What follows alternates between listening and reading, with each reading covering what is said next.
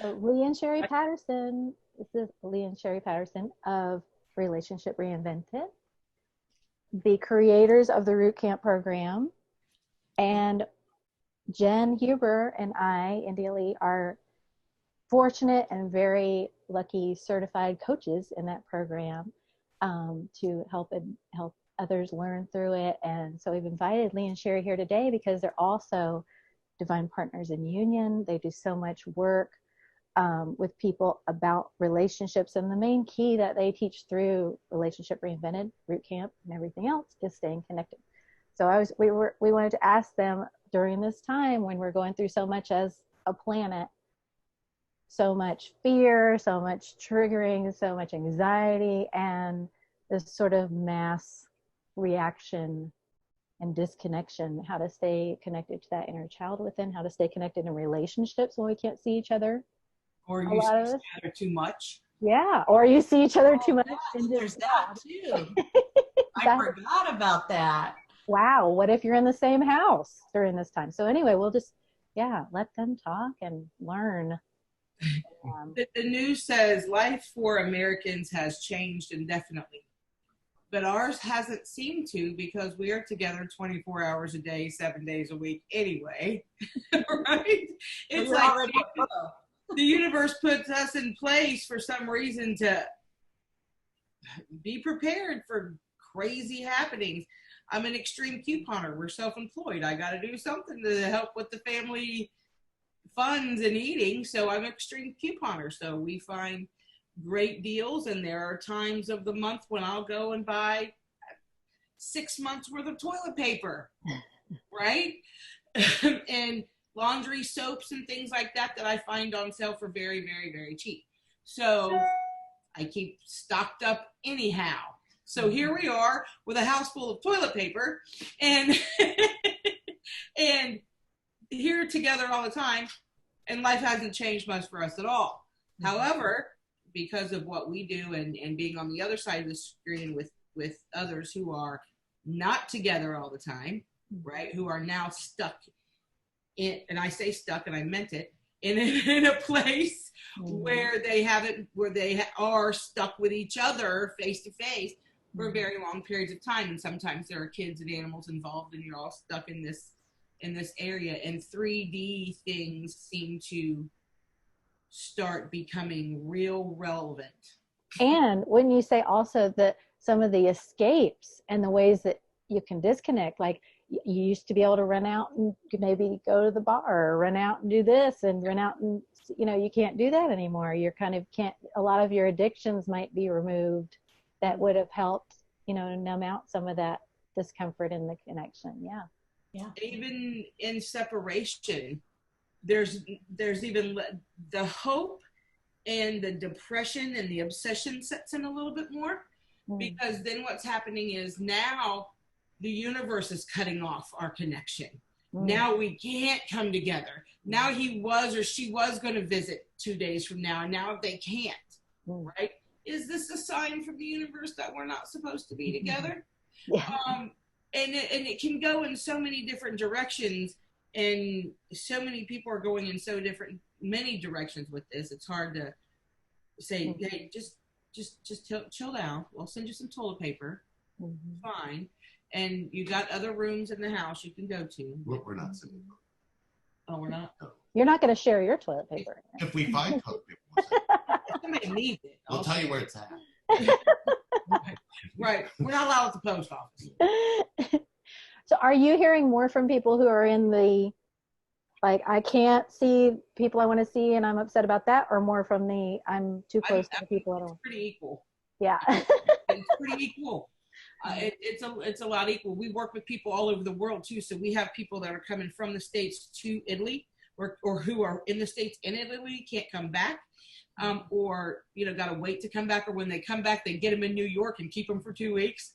There's so many things, so many different aspects that so many people don't even know is as a result of something so odd like this that's happening. We had a friend of ours who was interviewing a girl. He was on live earlier this morning, and he was interviewing her. She's tested positive. They're at home. Her and her husband are at home, and they're just. He was just basically asking her questions, how she felt, what they were doing, and they're not really doing anything other than cold and flu symptoms. They're handling those and sending you home. Mm-hmm. You know, unless you are over 60 or have otherwise underlying conditions, you shouldn't have too much to worry about, right? Mm-hmm. So it's a lot of the media hype that's entered into the thought process of individuals who are already thought process controlled. Yes. Yeah. So when it comes to the twin flame dynamic, and in that space where we are, I want to say connected. I don't want to use that word TF, but you get it. But in the dynamic where you're connected, right? Then it becomes, if they're in separation, then it becomes more of a panic. Mm-hmm. More of a panic. If they're in union or at least together trying to build a union or a marriage or a relationship, right? Then it's the other way, trying to manage being in the same place at the same time for such a long period of time, right? Yeah. I fully believe the universe has put us in each other's presence 24 hours a day, 7 days a week. I thought it was karma. I've thought so many things. Right? Good karma, good karma, bad karma. Depends on the day, India. So what would you say are, okay, so let's start there with the being together 24/7. Yeah. What would you say are like the top 3 like keys to that when you're in those really trigger places, when you're like, I want to get far away from you, but I can't, and just what are the ways that you kind of cope with that? It really has a lot to do with what makes you unconscious will keep you that way versus what will keep you conscious and keep you that way. Mm-hmm. I think the biggest key is especially when emotions can run high, or when you're isolated, or even if you're spending a lot of time and feel like you're not getting your needs or your wants met. A lot of that is self-reflective. And our tendency is to take it out on people around us, people who love us, people who should be there for us, people who are connected to us. The issue is that if you rely on them for your connection to yourself, you will be limited. And that will keep you unconscious. Mm. The choice is a conscious connection or an unconscious one. And we've seen what happens when unconsciousness affects this connection. It's a lot of mind noise. You know, a lot of things that you'll tell yourself and punish yourself for, punish the other person for. A lot of it has a lot to do with what your mind does to you, not what their mind does to you.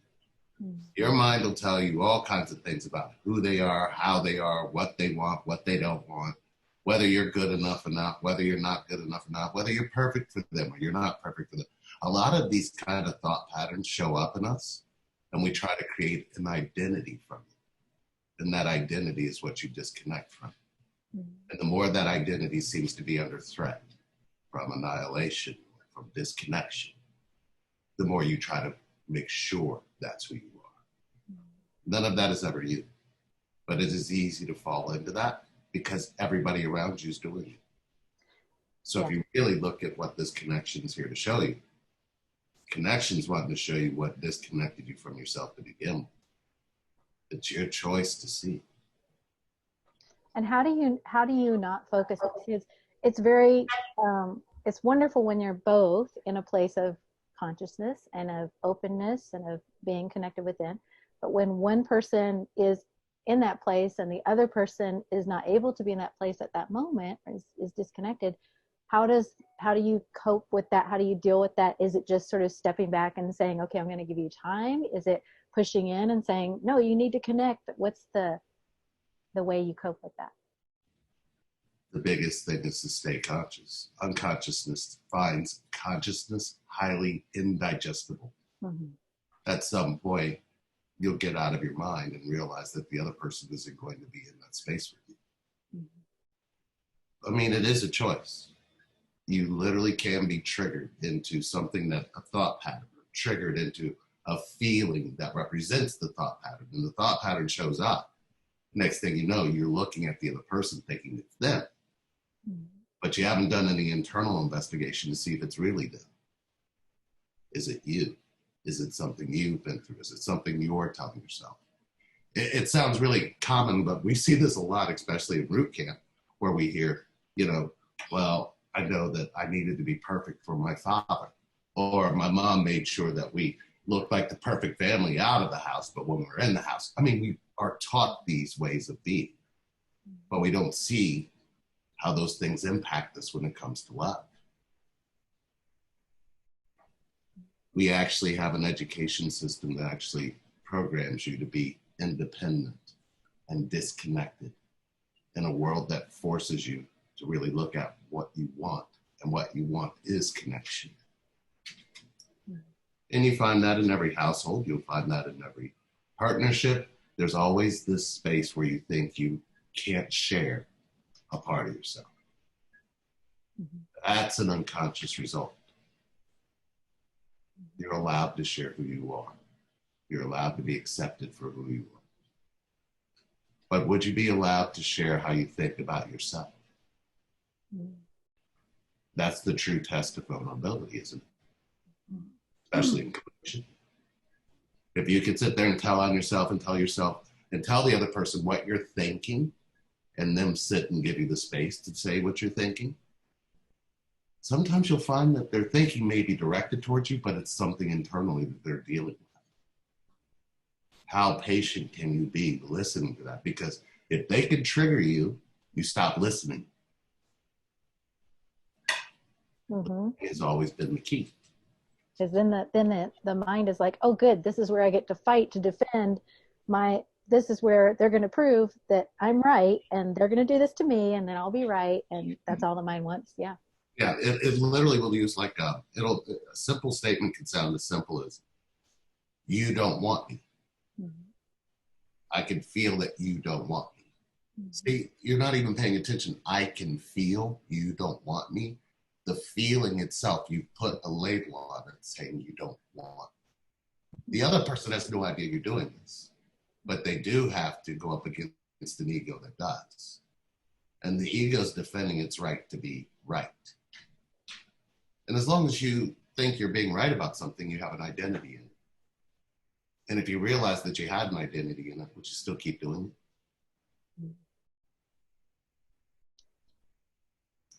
Now, moving to staying connected within yourself in a time of fear, I wanted to ask about this, because the ways we respond to what's happening in the world, and when it's something like this that's just like, everyone's kind of freaked out or whatever it is, we all have different connections to that from childhood. We all have those times we remember something scary happening, or whatever was happening in the world at that time.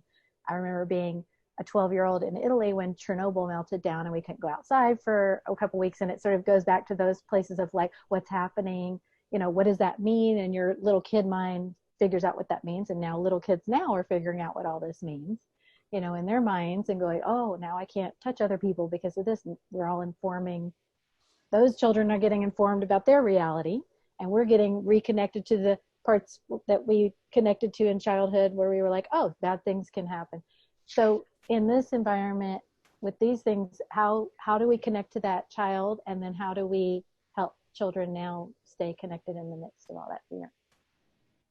We just recently had an episode where kids really don't necessarily know what's happening, or at least don't think about it. They don't think a lot before they act. No, but the kids are the ones that seem to be beating these fires too. And they might have it right, because they do have such a freedom, and they don't have such a hesitation on interacting or connecting or being close to someone. We're telling ourselves as adults, but kids don't. It's a very innocent mindset. It is. It's very innocent. We had an incident here Friday night where we had, everybody's confined, right? Everybody's confined, and we're all really just getting bored.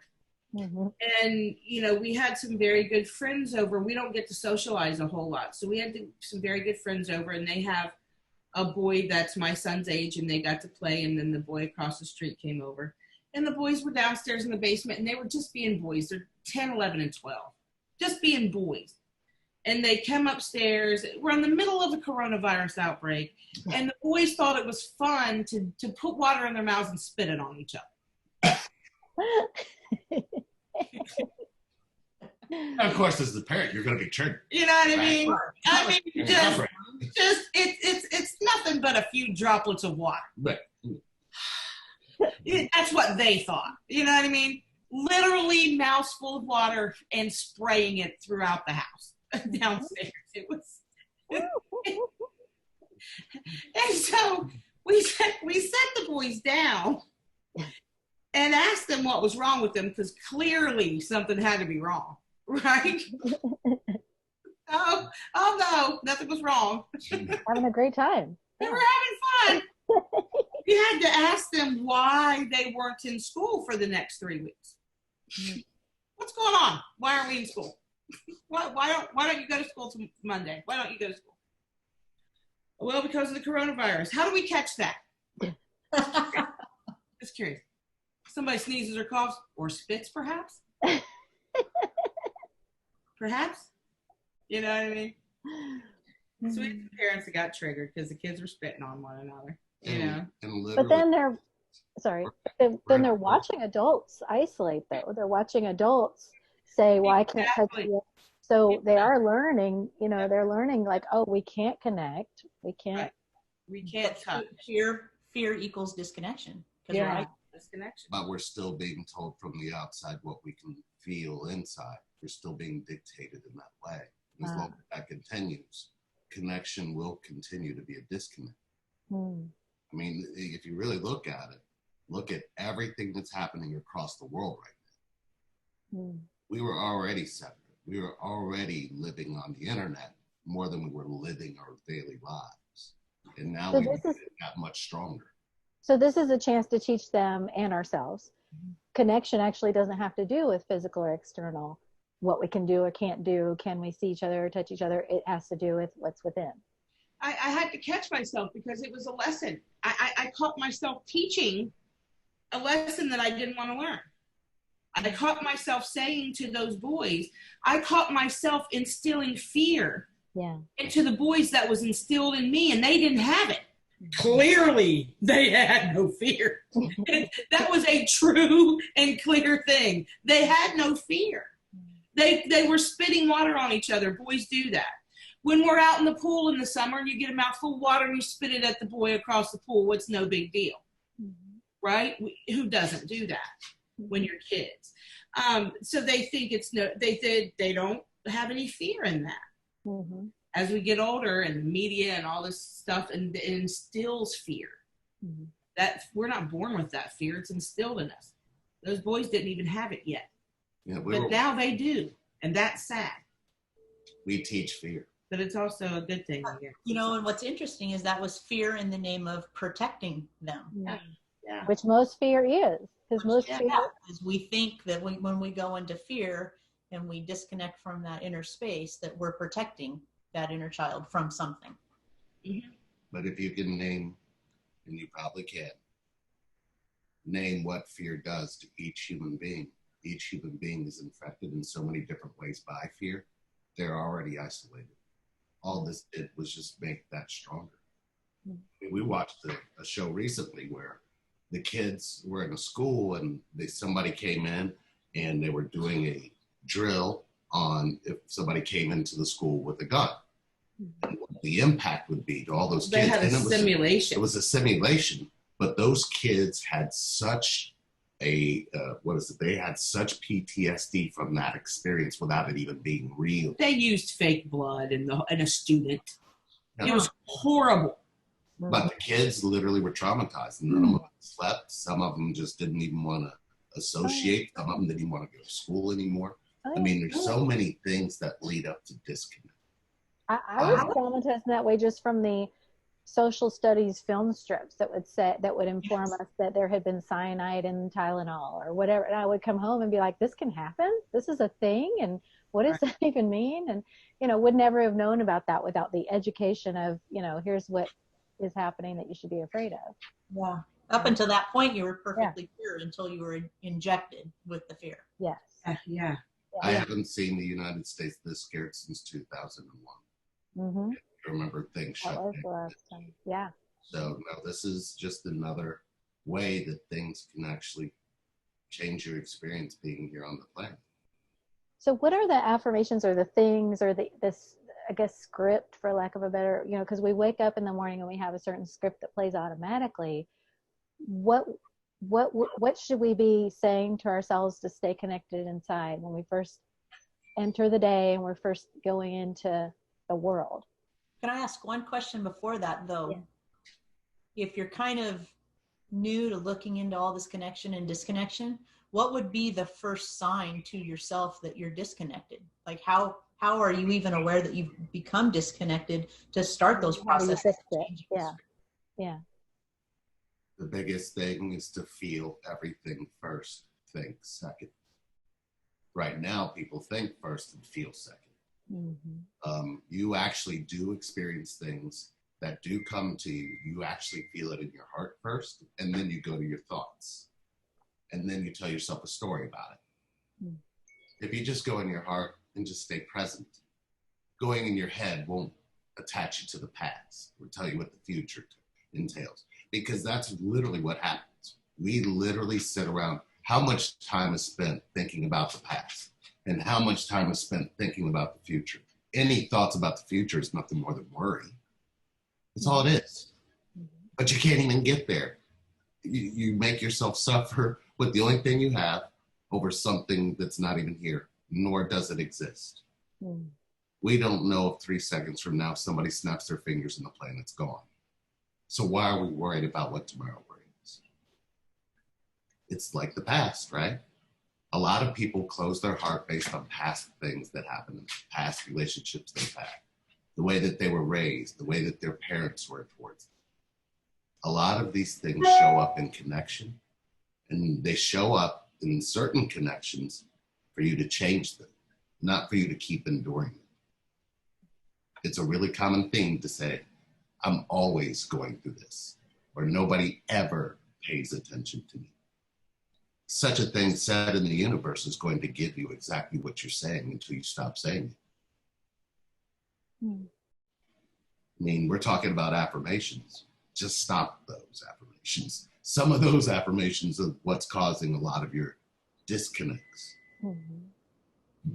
Well, so, one thing I love that you and Sherry have taught through Root Camp that we work with people on now is, I was working with a client one time and she was telling me all these things, these beliefs about herself. And I said what I now know was the opposite of what would help, was what I was saying. Those aren't true. Those are lies your mind's telling you. And you reminded me that for her, that is the truth. It is her reality.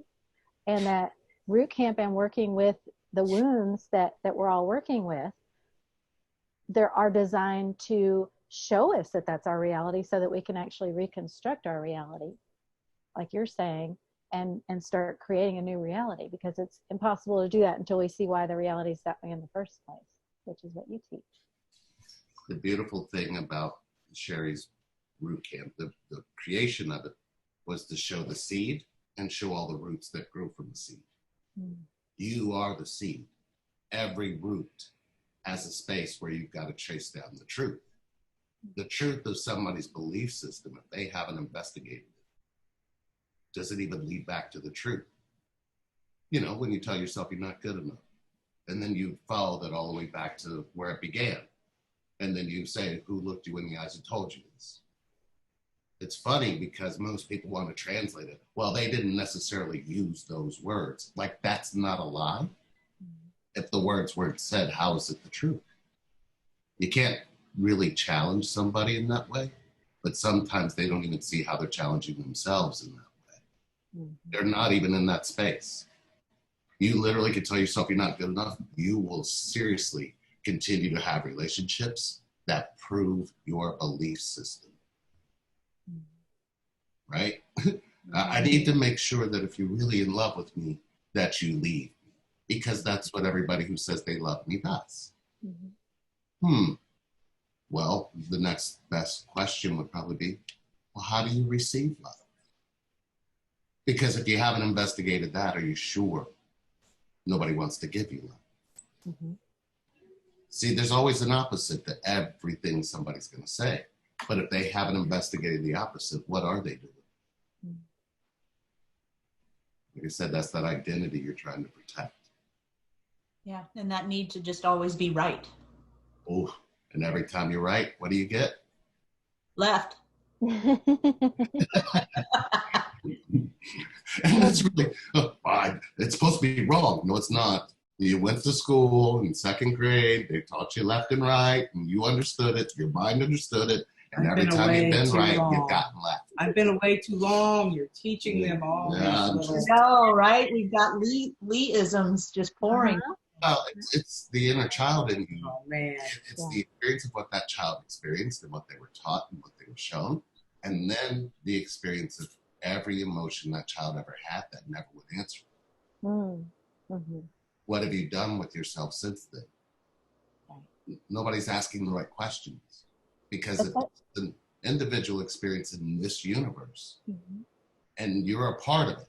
You're a part of the universe, which means you should have unlimited potential, unlimited answers to every question. But instead, we think that the questions or the answers themselves are outside of us, not knowing. And have to be found. And the solutions have to be found. I mean, I know one huge revelation that you both have brought me to is realizing that this generation of children is the first ones where they can actually be heard in what they're feeling. And it's not just, let's fix that, because always before it was, you're feeling this, here's the fix. You're feeling this, here's the fix. And if it can't be fixed, then you just need to be quiet. And now this generation can actually benefit from, oh, you're feeling this? What does that feel like? Let's talk about it. Let's be in that. And that's huge. I don't believe that children have ever had an opportunity to experience that. You will give that to yourself before you'll give that to your children. And sometimes we have children way too early and we haven't reached that point yet. So then you have a bunch of children out there with unanswered emotions just as much as you. So how do you find the space to get back to that space is literally about what kinds of things that you allowed yourself to express. Where did you learn to have an emotional connection? So it's a very valid question. But how many people do you think can actually answer it? I mean, if you had the opportunity, if you're watching this video and you have the opportunity to share emotions or get emotions out that you didn't know somebody could listen to, then what are you doing with those emotions? And do you even see that as a disconnect if you haven't done so? Mm-hmm. How do you connect without your emotions? I don't know how to do that. Well, we've heard this connection, very strong sexual chemical attachment, but not necessarily connection because the emotional's missing. If you could tell somebody everything you feel and be accepted, what stops you? Because you could have that open forum, you just don't ask for it. And how many people need and want that just by itself? I think we're really conditioned that emotions are not sexy. I think we're really conditioned that sexiness has to be removed from emotions, and we have to come back into, like, again, reconstructing a reality where that's even considered attractive. For sure. Connect with your emotions, because you're supposed to disengage. You're supposed to be like a robot, and you're supposed to just But I want to ask. Oh, go ahead. I was just going to say, in that vulnerability is weakness. Yes. We come from generations of the suck it up, which meant strength, which means push it down. We asked the question: what stops us from? It's fear. It's instilled fear. Yes. It's fear that it'll go so far, and then it'll stop. It's fear that it won't be reciprocated. Mm-hmm. It's fear that I'll put in so much and I'll only get so much back. It's fear of judgment. It's fear of emotional detachment. It's fear. It's so much fear. Mm-hmm. It's so much fear. Yes. of what they're going to think and what they're going to feel. And it has everything to do with, too, trying to be perfect. You got to be perfect for this. You have to be perfect for that. You got to be perfect to have a perfect marriage. You've got to look perfect and be perfect to have perfect sex. Right? It's all about fear. Mm-hmm. I don't have that. Mm-hmm. Yeah. I don't have that. So I can't comfortably do that with you. Yeah. Without it feeling like robotic. Mm-hmm. The emotion, you know what I mean? If the emotion's not there. Mm-hmm. So with your connection, you're both very present and you're both very connected, and it's been years that you've been cultivating this. So in your life, how many times a day on a typical day do you catch yourself being disconnected and then have to go into that? How many, or is it something that even still happens? It still We happens. have let's switch the question around. How many times a day do we feel connected? No, I mean, and I don't mean probably a that. better question. I don't mean that in a bad way. I mean, like, you do catch yourself. You catch yourself not being connected before you catch yourself being connected. Mm-hmm. Does that make sense? Yeah, it feels like the default. Not being connected first. It's the default because we're used to being disconnected, and then we have to go, oh yeah, this is what being connected feels like. But I guess when you're present, or when you're practicing presence, you get more and more comfortable going back and forth, maybe between, okay, now I'm connected again, and this is my default of being disconnected. Yeah. Mm-hmm. Or maybe the swing on the pendulum isn't so far. Yeah. You can practice presence Mm-hmm. and continue to keep practicing presence because you practice fear. You practice fear most of your life. But that was only a practice of holding on to something in the past that really makes no sense with the present. So what happens is when you find yourself present, you find like you're missing something because you're so used to doing that with fear. Yes, that is very You almost go through like a withdrawal. yeah, it's like a drug. It's like a Mm-hmm. withdrawal when you finally try to be present and you're like Absolutely. trying to find what you need to be present with, or who, or how. But then you really go through steps, I believe, as you come out of this into presence, because fear's not easily, it just doesn't stop feeding on you because you're present. Right. It's like if you're walking around naked and that was just you're like, this is fine. You would still be like, it's weird. I feel like I need clothes. Like, it's just weird. It's if you just suddenly went to, well, and it feels like something where, we are so conditioned. It's like we're almost doing something wrong by being present all the time. The mind is in there going, you're being irresponsible. You're supposed to be thinking about everybody else is doing this. So you have to constantly kind of being with the flow is almost going against the flow of being a human being in a lot of conditioned ways. Absolutely. Yeah. Wow. We, I think, are now better with emotions than we were. Mm-hmm. But you'll never perfect emotions because of the reflection it's leaving in the body. Mm-hmm. And each reflection sometimes gets activated. When it gets activated, that defense system we were talking about shows up. It's how you come out of that in connection to yourself.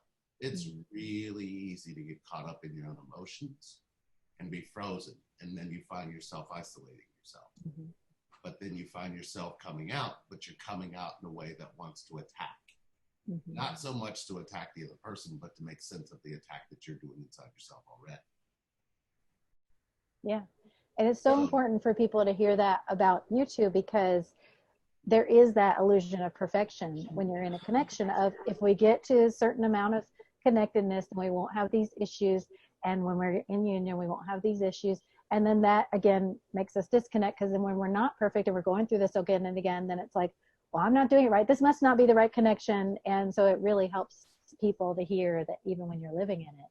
The balance is hard, man, trying to be 5D beings in a 3D world. The balance is hard. There's so many times that you'll hear me say on any one of our videos, we're not over here floating around on carpets spreading pixie dust all over the world. We don't have time to do that because we have bills and dishes and vacuuming to do too, on top of the connection. And kids spitting water everywhere. And dogs are all over the place, and Yes. rabbits. One of the most, You know, that what Lee has often explained to me and so well is the difference maybe between relationship and connection, like going into a little bit of that. Yeah. Relationship versus connection. huge. They're not the same thing. Relationship comes from a generational chain of events. You will really seek somebody out that mimics what you experienced growing up. Sometimes that'll be comfortable, and sometimes that'll be uncomfortable. But you're seeing a collapse of what people see in marriage, people see in relationships. Because once you experience connection, you can't really go back to relationship or to what marriage is or to what these other. Connection has changed it all, but connection is the most ancient of all things when it comes to human interaction. You actually have always had this ability to connect. We've been taught how not to have that because you can survive on that by itself. But what they really, if you look deeper, it's not so much about another person as much as it is what they disconnected you from inside. So, you know, we come into this world and we experience all of these different things, but at some point you do start to feel pulled away. Even from the age of, you know, you come in at 1, by the time you're 10, you've experienced a good amount of abandonment, a good amount of disconnect, a good amount of rejection, a good amount of betrayal. And really, it's just the way people look at you. They go, well, that's just how life works. No, it doesn't. Because if we looked at it from a nature standpoint, there'd be a ton of storms, but nobody would really be upset about those storms. They might be upset about what destruction it caused, but nature itself doesn't care. So when we connect, and this connection came from nature, well, you're going to be in the flow or you're going to be in the resistance of it. And how do you share when you have either flow or resistance? There's always going to be that one person who holds up a sign that says dangerous curve ahead. Go stand next to him and hold the sign, or don't. I mean, that's just the way life is, but making it into a problem. I don't want them holding a sign that goes to the left. I want them to hold a sign that goes to the right is just an expectation. But if you notice, people won't be with people based on what sign they're holding.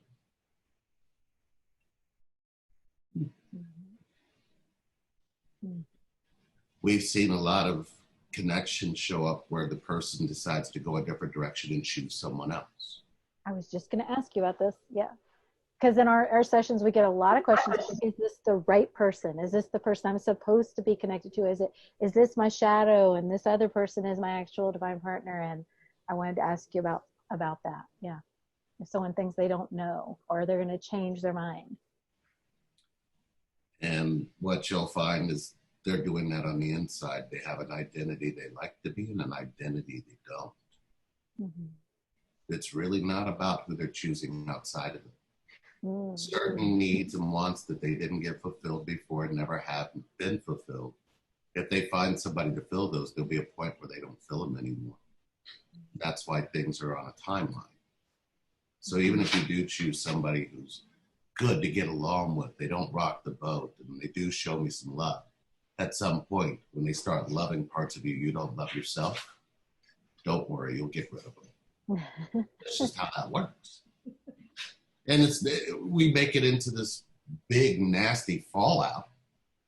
But truthfully, nobody's looking at that person to say, how connected are you on the inside to yourself? What's your relationship to the inside of yourself? Because you attracted this. But did you attract it for a temporary time or an infinite time? But you know that. You know that when you're connected. You can feel forever. But most people are scared of forever. And people who have attracted in a connection that does seem toxic or seems destructive or, you know, is just not good for anybody, do you say to them, let's look at what that's showing you, let's look at the wound that's showing you, you know, what do you say about these connections that are not leading to healing together? Or do you see those? Yeah, we see that a lot. Mhm. We see that a whole lot, right? A lot of people we get are wanting us to validate if that is their person or not, Mm-hmm. right? Mm-hmm. We're not going to do that, right? Because the answer's in them, Yeah. right? If you look back, I look back, you look back at your past relationships, right? And there are times when, especially in the honeymoon stages or in the great stages or the dating stages, there's no way I could be without this person. I can't let them go. I can't let them go. But they're no longer in your life, so clearly you've let them go somehow. You know what I mean? There was strength there. Then you hear the ones when I just can't let this one go. This one's I'm always pulled back. I moved across the country, went to Starbucks, there he was, right? And he got his job transferred in here, right? 10 years later, the same thing's happening. Then you know what I mean? All this following and things are going on. What part of this is telling you that this is not your person? Right. Right. There's no way for us or anybody else to know what that person's going through or feeling in their emotions and in their soul, right? The answers are in them. Yeah. Our jobs are just to help them pull it out. Yeah, because even if there's, let's say, we do work with people sometimes where they are continually attracted back to someone who is clearly not good for them, or it's, you know, but they just keep coming back in, and there's no part of this that is good. But I guess the issue there, like you're saying, is not about why that other person is there or what to do with them, but to look at why is this energy continually being attracted to you? What is it showing you about you? And then once you identify that and you really want to go into it and find out why you're acting and reacting and feeling these things, Mm-hmm. and you're serious about wanting to do the work, Mm-hmm. and they end up in root camp, mm-hmm. and they understand why, right? Mm-hmm. Why the process is so important, Mm-hmm. right? Mm-hmm. Because so your divine partner has committed 7 murders and is in prison, right? Let's just say there's a separation there, okay? You're not gonna be physically together for a minute, okay?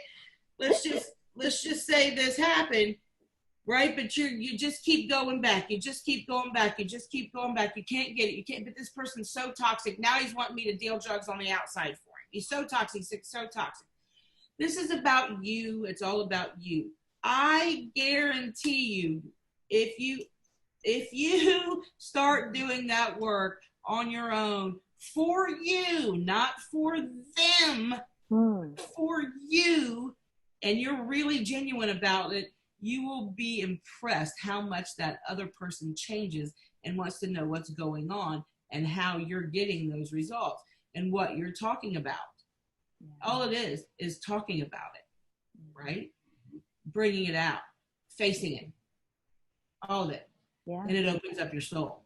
Amen. They feel it. They feel it on the other side, whether it's behind bars. And then the soul opens up, and then this person behind bars is finally figuring it out, okay? Whatever it takes to keep you over here and you over here so you can figure it the hell out so we can finally do this, right? Nice. Yes. And you got to stay there locked up until you get it together. Now we're teaching other inmates. Yeah. We're bringing a movement to the prison systems, right? We're writing books. We're teaching classes. And then all of a sudden, you get a call because the DNA came back and you didn't really do the murders you said you didn't do in the first place, When right? miracles can happen. And here we go. Yes. Right? Miracles happen like that every day. It's crazy to watch it unfold. Yeah. We talk to people all over the world every day, and from one situation to the next, to the next, to the next, to the next, to the next, we've seen so many times. And the only way to get the other person to actually even want to wake up is for you to wake up on your own, for yourself, by yourself, and not for that other person.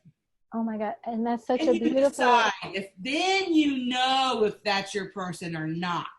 Because if it's just a hardcore lesson, Yes. they're gone. They won't reflect back to you anymore. At all. And And isn't then that, you'll feel that, oh, okay, they were there to just teach me a lesson. and you'll know. Yeah. You'll know. All is revealed in that healing. All of it. That could not be a more perfect conclusion, because that's such a beautiful analogy for what we're talking about with the whole world. Because you said, you know, God's going to put them over here, you guys connect within, and then you can come together. And maybe that's what's happening on a whole world basis right now, with God going, everyone needs to connect on their own or within their connections close up, and then we can come together planet-wide when we're connecting with them. This is universal. I got some internet things going on in my head, like we're just watching the kids and on their phones, and we were watching a movie last night, and I looked over at the kids and they were just on their phones, and nobody is even connecting. And is the universe going to keep us in each other's presence until we freaking connect or not? You know what I mean? Yeah. And it's to the point where there's so much disconnect because there's so much technology and things coming in. Mm-hmm.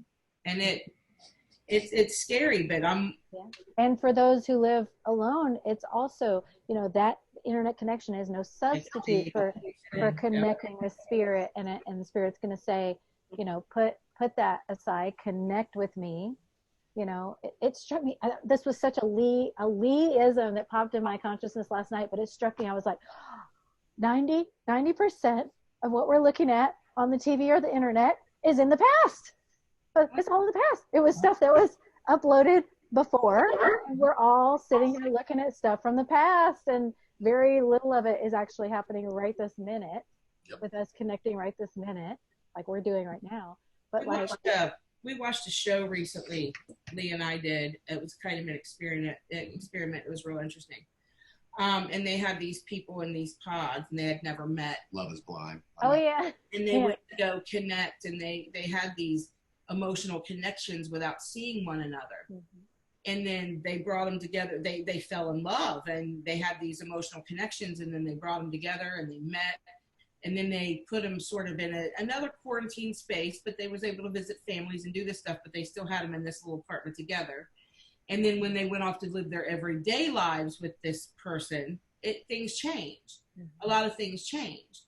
And now they didn't have any technology there. All they had was human communication, right? And they were able to tell everything about themselves. And able to, because they weren't facing each other. They were behind a wall. Mm-hmm. And they were telling all the details of their lives because they had nothing else to do. Mm-hmm. Hours and hours and hours of talking and talking and talking.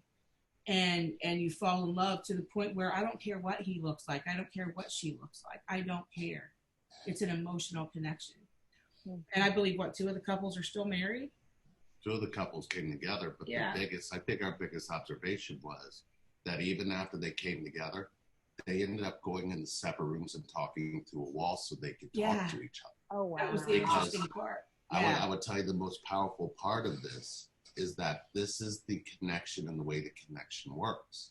Because when you're in the same energy field as one another, little mannerisms from things from the past, certain facial expressions, head nods, all kinds of crap. You just don't know what triggers somebody into that isolation. Mm-hmm. So when they would go into separate rooms and talk, they would build the emotional connection. But when they'd come together physically, you could see that there was still some spaces where the disconnect occurs. And this happens all over the world in very deep ways. Because if you really look at this person that you know you're connected to and you know you love them, the last thing you want to hear is put your connection to yourself first. Mm-hmm. Mm-hmm. And usually what we do find is even when people are told to do that, they disconnect from both because they haven't been taught to share their connection to themselves. Everything you've been taught told you not to. Name one one place or one thing on this planet that you can learn to show you your connection to yourself. Even if you go to therapy, even if you go to, it doesn't, you can name 1,000 things and probably 1 billion different things, but just tell us one thing that shows you your connection to yourself other than a mirror. And most people run from the mirror or pick a mirror apart. So when you're even doing that to yourself, here comes this person and this connection, and all of that comes out of you. It's really a really deep connection. And I'm not talking about the one to another person, but I'm talking about the one you have to yourself. Yeah. If you haven't put love in the spaces that you need to, you'll let somebody love parts of you, but not the whole thing. This is what keeps you from being whole, not them, you. Well, that is a beautiful note to end on. Yes, And it thank is. you so much for spending this time with us. And we're excited to share this with everyone. And we just honor you as always. And we're so fortunate to be able to learn from you all the time. Thank you. Thank you so much for having us. And make sure you send that link to us. We'll share it on our channel and share it in our communities. Definitely make sure that it's out there. We will. Thank you both. Have a wonderful rest of the day. Thanks for being wonderful coaches. Oh, thank you. You guys are doing You amazing. too. We're very proud of you both.